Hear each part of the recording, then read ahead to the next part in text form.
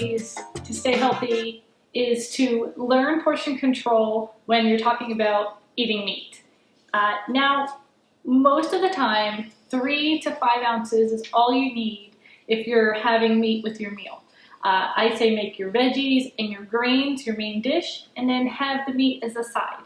And I know that's opposite of what we've come to think. Lately, we think, oh, the big 2-pound steak, it means we're affluent and we have enough money and we can eat this wonderful big piece of meat. However, our bodies can't process that much meat at one time. So think of the palm of your hand or a deck of cards. What's that about that big? And think about that when you're looking at your portion. And if you go out to eat, take half of it home. By all means, heat it up later, make an omelet with it the next day. Don't stuff yourself, because you're gonna find that it's gonna really take a long time for your body to work down and break down that meat so that it can process it like it should. And also try to have some fresh vegetables. That's why the steakhouses always give salad. It just helps, especially when you're on a grill or you're getting that char to the beef. One thing that you need to know is a beef will not brown unless it's dry. So make sure you dry your meat off. And if you can, get grass-fed, if you can get organic or better non-hormone fed beef at the grocery store. They are starting to have more and more of those options available. And then all I really do is just add some good salt and pepper. I always do that.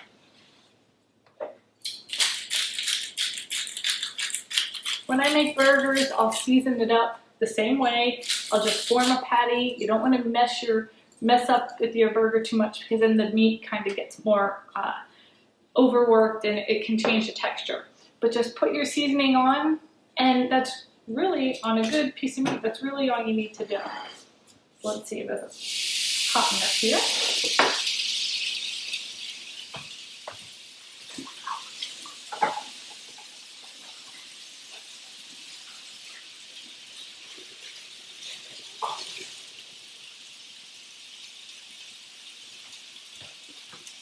Make sure you season up the other side.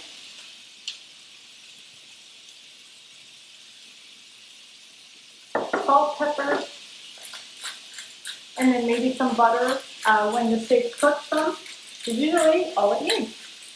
We're going to cook this for a couple minutes on each side. I'll try to give it some grill marks. We'll see how it goes. When you're cooking the meat, you don't want to touch it right away. You want it to get a good sear on it so that it browns and it does all of the non-sticking all by itself. If you start to mess with it, it's going to ruin the sear, and it's just going to make it more difficult later when you try to move it, and it's not going to be so pretty.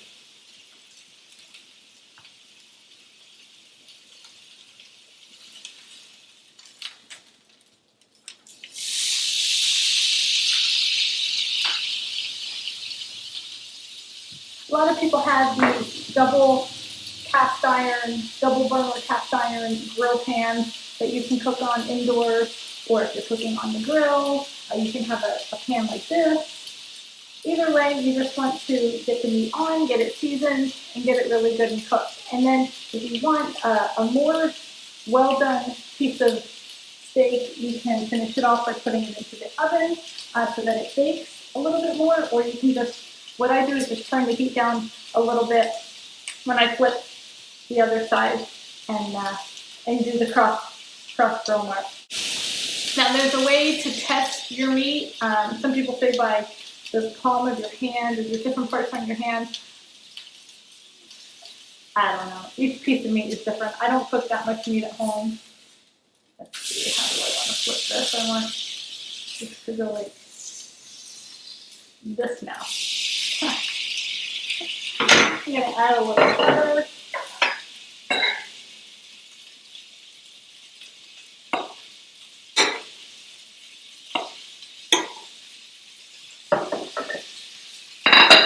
This should give it a really good glaze.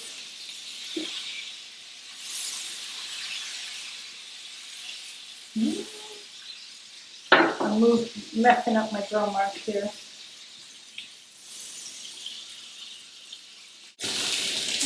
And get your butter down to one side. This isn't going to allow me to. You can spoon over and flavor it on the other side. Some people like to marinate their meat, whether you do yours and you chop it up and you do little kebabs, or you can put your steak in a really good marinade the night before, or maybe before you go to work, so that when you come home, you can just throw it in the grill pan and it has a completely different flavor.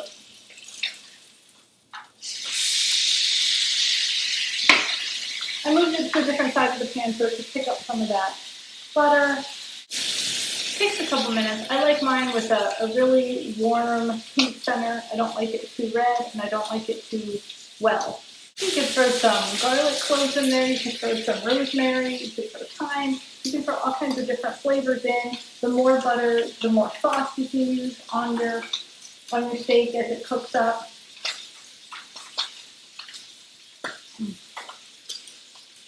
But the one thing you definitely want to do is let it rest and allow the juices to stay in it without cutting into it right away. I don't have perfect grill marks, but they're not bad. They are a little cross checkerboard on here.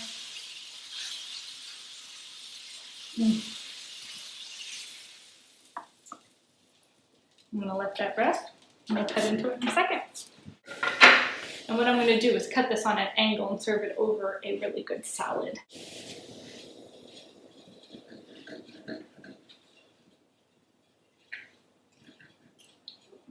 Piece is a little fatty here. Probably a little bit more done than I would want.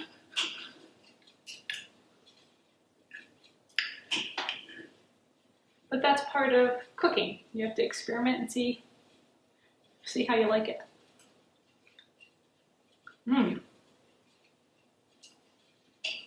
That might be a little overdone, but that is not coarse, it's not too tough, and it definitely is not short on flavor.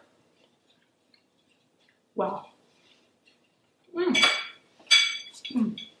Make sure you experiment with some of your meats, whether you're cooking it on the stove, out on the grill, in the oven, anywhere. Just remember portion size. Again, the size of your palm, the deck of cards, 3 to 5 ounces. And if you order a big steak, please cut it in half, or a burger, cut it in half, bring half of it home, and remember that your body can only have so much meat in a day, in your life. It's just too much if you're eating it with every single meal.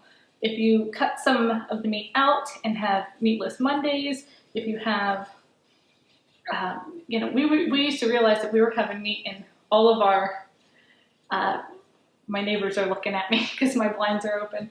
We used to have our meat with almost all of our meals. We had it for lunch, we had it almost every dinner, and once we started cutting that out, that's when the weight left, and that's when we started having more energy and we felt a lot better. So try it, see how it works, please.